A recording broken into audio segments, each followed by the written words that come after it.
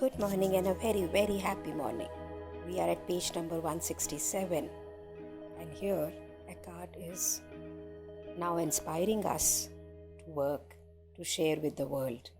So, what he told us before yesterday was कि हम इतनी शांति में होंगे, हम इतने पीस में होंगे और इतनी गहराई में होंगे कि ये हमारे कार्मिक साइकिल को, रिएक्शन को और एक्शन को ख़त्म कर देगा। और आप जिस भी बीइंग्स के साथ होंगे, जिस भी लोगों के साथ होंगे, तो आप ये डेमोन्स्ट्रेट करेंगे ये पीस ऑफ गॉड होता क्या है, and we will become the light of the world, you will become the light of the world. So इसको आगे ले जाते हुए वो क्या बोल रहे हैं, this doesn't mean that you may not also teach through doing, कि आप खुद तो लाइट बनेंगे, इसका मतलब ये नहीं है आप अपने कर्म से सिखा नहीं सकते। फॉर एन एग्जाम्पल कि आप पॉइंट आउट करें लोगों को कि वो अपने दिमाग से कैसे डिसआइडेंटिफाई हो सकते हैं, कैसे अलग हो सकते हैं। वो आप लोगों को बताएं कि वो ये जो अचेतन पैटर्न है, जो ये क्रिया बन चुकी है ना ऑटोमेटिक अपने आप के अंदर,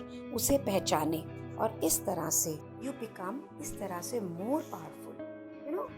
मीन्स किसी को ये बोलना कि तू ये कर, तू वो कर, और उसको ये बोलना कि तू पहचान अपने इस लगाव को जो तेरे शरीर और तेरे दिमाग से, ये जो पैटर्न बन गया, ये जो तेरी पहचान तूने उससे बना ली है। सो आप मुझे बताइए व्हाट वुड बी गुड कि आप उसे बिल्कुल रूट तक ले जाएं। So what is more vital teaching, what is more powerful, पूछ रहे हैं राइटर आपसे और बता रहे हैं कि पावरफुल ट्रांसफॉर्मर दुनिया के लिए क्या होगा जब आप कहेंगे कि तुम्हारे लिए क्या ये ज़रूरी है, जब आप बताएंगे तुम्हारे लिए क्या ज़रूरी है इसके बनिस्बत कि तुम क्या करो। So recognise the primacy of being, कि हमारे बीइंग की प्रधानता क्या है, ये बताना है और ये जानना है। तो आप लेवल ऑफ कॉज, कारण तक, जड़ से काम करेंगे। इसका मतलब ये नहीं है, ये पॉसिबिलिटी ऑफ योर कंपैशन जो कि साइमल्टेनियसली मैनिफेस्ट करती है at the level of doing end of effect, उससे अलग नहीं कर रहे हैं। इसका मतलब ये नहीं है कि जब आपको किसी से सहानुभूति होती है, किसी से प्रेम होता है, तो आप कुछ ना करें, ऐसा नहीं है। जो ये मैनिफेस्ट होगा ही होगा आपकी ज़िंदगी में। सो आप यहाँ पर लोगों की सफरिंग को कम करेंगे जब भी आप किसी के पास आएंगे। सो कहने का अभिप्राय क्या है, अभिप्राय ये है, एक उपमा देके वो बताते हैं कि जब कोई भूखा व्यक्ति आपके पास आता है और आपसे रोटी मांगता है और आप कुछ है आपके पास तो आप देंगे ना, लेकिन जब आप उसको वो ब्रेड देंगे तो आप अपनी इंटरैक्शन से, चाहे वो कितनी भी छोटी हो, आप उसे ये ज़रूर बताएंगे कि आपकी जो बीइंग है, what really matters is not the bread, is the shared being. अब तुम्हारा होना ये है जानने का, और यही एक सिंबल है। ये जो डीप हीलिंग उस व्यक्ति में प्लेस होएगी ना, जो वहाँ पर आएगी, उस समय, उस मोमेंट पे ना तो कोई गिवर होगा ना कोई रिसीवर होगा। तो it's a very in depth chapter 1। किसी को ये बोलना तुम ये कर ले, तो वो कर ले, ऐसे है वैसे है, की जगह उसे प्रेजेंट कराना कि ये ऐसे और वैसे क्यों है। जैसे ही वो इसके परिचित होगा ना कि मेरी बीइंग, मेरे इस आकार, माया, डिल्यूजन, एल्यूजन सबसे अलग है, वो खुद ही, जैसे आप आज के दिन कॉम्पैशन में हैं, एनलाइटनमेंट की तरफ जा रहे हैं, साल्वेशन देख रहे हैं या हो रही है, वो भी उस तरफ जाएगा। इसका मतलब ये नहीं है कि आप उसकी हेल्प ना करें, अगर आप कर सकते हो तो। इसका मतलब है कि हेल्प करते हुए भी इस चीज़ का ज़रूर ध्यान रखें कि चाहे वो ब्रीफली हो, उसे उसकी बीइंग से परिचित कराएं।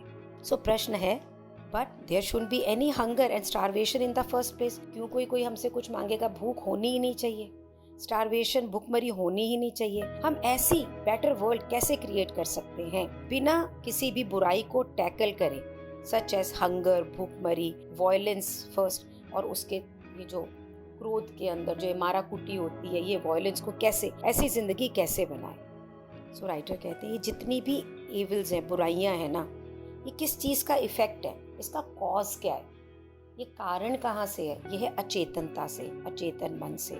आप इसे एलिविएट कर सकते हैं, the effect of unconsciousness, but you can not eliminate them unless you eliminate their cause. कि इफेक्ट को तब कम किया जा सकता है जब कि उसका कॉज अचेतनता कम हो, तो आप बिना कॉज कारण को कम किए, बिना अचेतनता को कम करे, आप इसके इफेक्ट को कैसे कर सकते हैं, हंगर वायलेंस को कैसे कर सकते हैं। सो असली चेंज तो तभी होगा with in and without, mean अंदर और बाहर, जब हम इसके कॉज, इसके कारण पे जाएंगे, लोग चेतन मन को जानेंगे। सो अगर if you feel that called upon to alleviate suffering in the world, that is a very noble thing to do, but remember not to focus exclusively on the outer, otherwise you will encounter frustration and despair. तो अगर आप ये चाहते हैं कि आपके लिए ये नोबल, ये एक अच्छा कार्य है कि आप इस सफरिंग को दूर करें, तो आप ये याद रखें कि आप बाहर को सिर्फ एक्सक्लूसिवली अकेले फोकस नहीं कर सकते हैं। तो अगर आपने इसे सिर्फ बाहरी रूप से किया तो आपको क्या मिलेगा? सिर्फ फ्रस्ट्रेशन और डिस्पेयर। आप चिड़चिड़ाएंगे, आपको झुंझलाहट, आपको कुछ नहीं मिलेगा वहाँ पर, क्योंकि ना तो आप दूसरे को ये बता पाएंगे कि इसका रूट कॉज क्या है। तो आपको करना क्या है कि without profound change in human consciousness, जब तक इंसानों में पूर्ण चेतनता नहीं आएगी ना, प्रोफाउंड चेंज तभी आएगा, दिखने वाला चेंज जिसको बोलते हैं ना, वो तभी आएगा। क्योंकि ना दुनिया, ये जो संसार है ना, ये तो जैसे अंधा कुआं नहीं होता, एक बॉटमलेस पिट होता है, वैसे है सफरिंग का, दुख का ये कुआं है। सो आप अपने कंपैशन को, अपनी सहानुभूति, अपने प्यार को वन साइडेड ना बनने दें, और आप किसी के भी दुख में जब उसके साथ हैं, आपकी ये इच्छा है कि आप लोगों की मदद करें, तो उसके लिए ज़रूरी है कि ये बैलेंस्ड ढंग से हो और डीपर रियलाइजेशन के साथ में, गहराई में जाके आप इस सच्चाई को जाने कि जो जिंदगी का स्वभाव है, प्राकृतिक स्वभाव है, एटर्नल, वो है इल्यूजन, माया को, ये जो दुख भरी माया है ना, इसको दूर करना। ये जो अल्टीमेटली, अगर ये इल्यूजन, ये माया जब खत्म होगी तभी आप किसी की मदद कर पाएंगे, अदरवाइज आप फ्रस्ट्रेशन में रहेंगे। So then let your peace flow into whatever you do and you will be working on the level of effect and cause simultaneously. So जैसे ही आप इस रूट कॉज पे वर्क करेंगे और आप अपने शांति को, अपनी एनर्जी, अपनी कांति को बहने देंगे ना, जिस भी काम को आप कर रहे हैं, जहाँ भी आप जिस भी लेवल पे इफेक्ट पे काम कर रहे हैं, तो ये कॉज और इफेक्ट दोनों पे काम करेगा। एंड दिस ऑल्सो अप्लाइज, ये उस पर भी अप्लाई करता है कि अगर आप किसी मूवमेंट यानी कैंपेन, किसी मुहिम को अगर आप सपोर्ट करते हैं जो कि डिज़ाइन है ह्यूमन अचेतनता को ख़त्म करने की, ताकि इंसान अपने आप को बर्बाद ना करे, अपने एक दूसरे को बर्बाद ना करे, इस प्लैनेट, इस सृष्टि को ख़त्म ना करे, और ये जो बार बार अपनी इस सृष्टि को, दूसरे ह्यूमन बीइंग्स को ये जो इन्फ्लिक्ट करता है, सजा देता है ये भयानक रूप से, उनके लिए संवेदनशील बन जाए, तो आप ये समझ के चलिए कि आप सिर्फ अंधेरे से नहीं लड़ सकते हैं, तो आप अनकॉन्शियसनेस से लड़ नहीं सकते, अचेतनता से लड़ नहीं सकते हैं। अगर आप ऐसे करेंगे तो जो दो ऑपोजिट्स हैं ये और स्ट्रेंथन होंगे, इन्हें और ताकत मिलेगी और ये और आरोपित हो जाएंगे, एंट्रेंच्ड हो जाएंगे, और आप जो है ना, इनमें से किसी एक पोलैरिटी, या अच्छे या बुरे, या एनिमी या फ्रेंड के साथ में आइडेंटिफाइड हो जाएंगे, और आप एनिमीज, दुश्मन क्रिएट कर लेंगे, क्योंकि अपने रूट कॉज तक नहीं गए, तो आप अपनी खुद की अचेतनता में उलझ जाएंगे। सो आपको करना क्या है? आपको अवेयरनेस मीन्स चेतनता क्रिएट करनी है बाय इंफॉर्मेशन के प्रसार से। आप इसको प्रमोट करें, और एट द मोस्ट ज़्यादा से ज़्यादा क्या करें? प्रैक्टिस पैसिव रेजिस्टेंस, मीन्स अपने अंदर ये जो हमें विद्रोह होता है, घर्षण होता है, गचपच होती है, इससे पैसिव अंदर, उसे हम प्रैक्टिस करें। लेकिन मेक श्योर आप इस चीज़ को शेयर करें कि आप इस रेजिस्टेंस को, हेट्रेड को, नेगेटिविटी को कहीं पे भी लेके ना जाएं अपने साथ। जीसस ने बोला लव योर एनिमीज, अपने दुश्मन से भी प्यार करें। इसका मतलब क्या है? इसका मतलब यहाँ पे कोई एनिमी है ही नहीं, कोई दुश्मन है ही नहीं। और एक बार आपने अपने आप को ना इफेक्ट के लेवल के ऊपर काम करना चालू कर दिया, तो आप अपने आप को भूल जाएंगे, आप फ्रस्ट्रेटेड हो जाएंगे। स्टे अलर्ट, बिल्कुल चौकन्ने रहें और बहुत प्रेजेंट रहें उस चीज़ के लिए। At casual level you need to remain primarily focus. The teaching of enlightenment is your main purpose.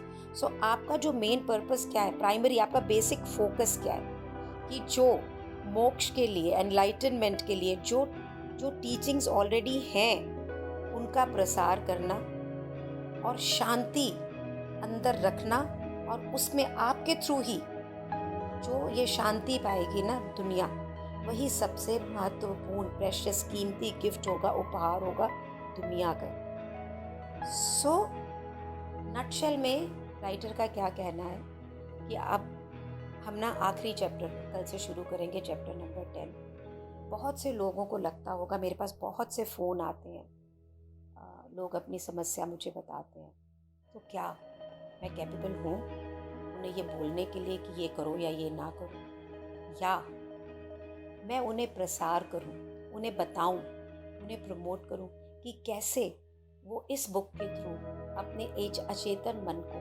चेतनता में बदल सकते हैं, कैसे वो पूरे कॉज कारण में जाकर अपने आप को पहचान सकते हैं। सो हो सकता है समझने वाले के लिए ये थोड़ा मुश्किल हो, क्योंकि आपने इतनी बड़ी जर्नी की है, उन्होंने नहीं करी है, तो या तो आप उन्हें इस जर्नी में डालेंगे या उनके साथ हैंड होल्ड करके उन्हें इस जर्नी के बारे में बता के उन्हें इसका आभास कराएंगे। सो आज का दिन हम ये देखते हैं कि हम किस प्रकार से प्रचार, लोगों को कैसे प्रमोट कर सकते, लोगों के लिए कैसे कंपैशन को क्रिएट कर सकते हैं। कंपैशन तो है ही हमारे पास, लेकिन बिना फ्रस्ट्रेटेड हुए, बिना इफेक्ट पे काम करे, कॉज पे हम कैसे काम कर सकते हैं। For this I am always available to you. You can call me any time, any day, any moment. And thank you so much for being in my life.